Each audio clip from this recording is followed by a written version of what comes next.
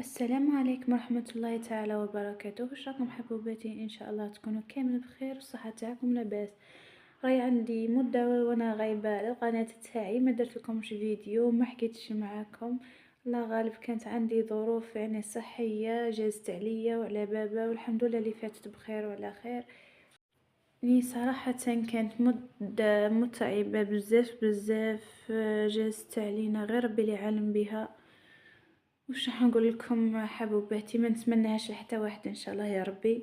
والحمد لله يا ربي اللي جازت بخير وعلى خير. واليوم كما راكم تشوفوا معايا حبوباتي راني حنبدا معكم تحضيرات رمضان ان شاء الله. واول حاجه حنبدا بها هي مركز البرتقال. هاي عندي كميه من البرتقال كما راكم تشوفوا، راهي مغبره وحالتها حاله. راني كنت غسلتها بالماء وحكيتها بهذيك لافيت، ومن بعد شللتها في الماء، كنت دايره فيه الخل.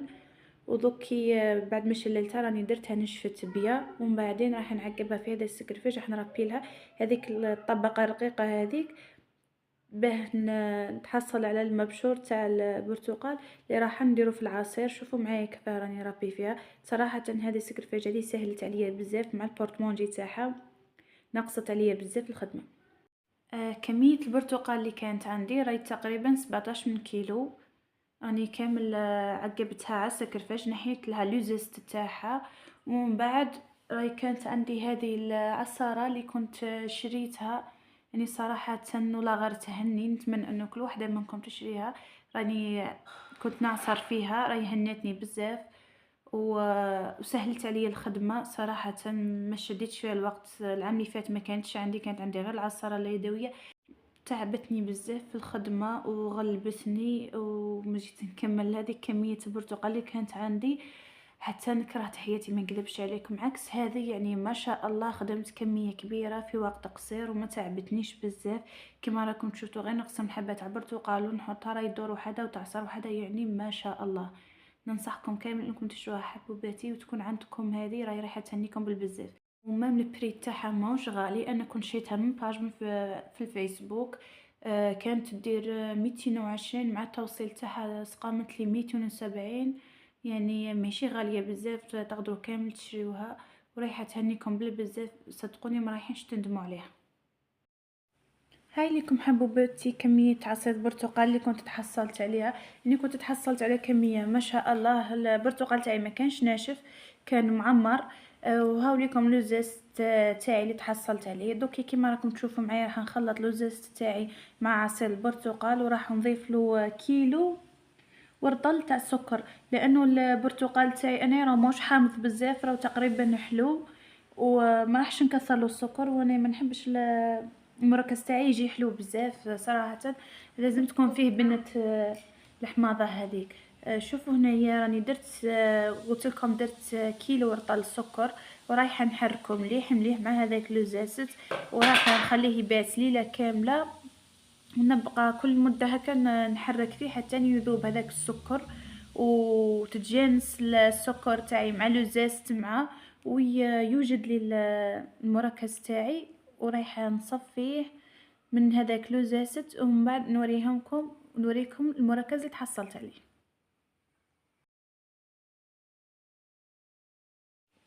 وهنايا هاوليكم المركز تاعي بعد ما هو واجد. خليته بات ليلة كاملة وراه ذاب كامل هذاك السكر، ولوزازت تطلق البنة تاعو في المركز تاعي. راني كنت صفيته كامل، نحيت له هذاك لوزازت. شوفوا كي راهو ما شاء الله. وهم عندي هادو البواط تاع لا كريم، راني رايحه ندير فيهم العصير تاعي. راح ندير يعني كل علبه بيوم. ومن بعد راح ندخلها للمجمد. يعني هذه طريقة ما شاء الله أحسن من أنك ديرهم في الكيسان هذوك تاع لي كوبلي، ولا انك ديرهم مكعبات مكعبات. ما هذيك الطريقة ما تساعدنيش. هذه تاع لي بواط راني جربتها العام اللي فات وراني زدت درتها هذا العام، يعني طريقة ما شاء الله. كما قلت لكم هذه الطريقة تاع لي بواط راهي براتيك بزاف وتساعدكم. انا هنا المركز تاعي راه كان خرج لي كمية ما شاء الله، راه خرج لي نورمالمون 16 من علبة. وكما راكم تشوفوا العلب هادو لي بواط هادو اللي راهم عندي راهم كبار بزاف. يعني كنش نستعملوا ان شاء الله في رمضان، راني نخدم قيس فطور وسحور ان شاء الله. واش راح نقول لكم حبوباتي، شكرا لكم بزاف لانكم تابعتوني وشاهدتوا الفيديو تاعي. ما تنسوش في طريقكم ديروا لي جيم ماما واشتراك اشتراك في القناه. قناة. اي وهاوليكم المركز تاعي بعد ما جبت، وراني هنا كنت قسمت هذيك البواط على 2. راهي كل نصف تاع كل نص منها راهي اني درته بليتره تاع ماء. ودوكي انا ما نقدرش نقول لكم حبوباتي اسكو ديريه بليتره نص ليتره بالكاس زوج كيسان.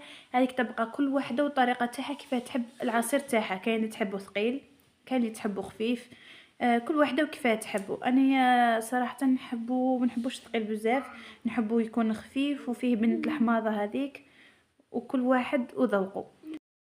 هاوليكم المركز تاعي كراهي خرجت النتيجه تاعو ما شاء الله. شوفوا العصير تاعي كراهو يشهي من منظر.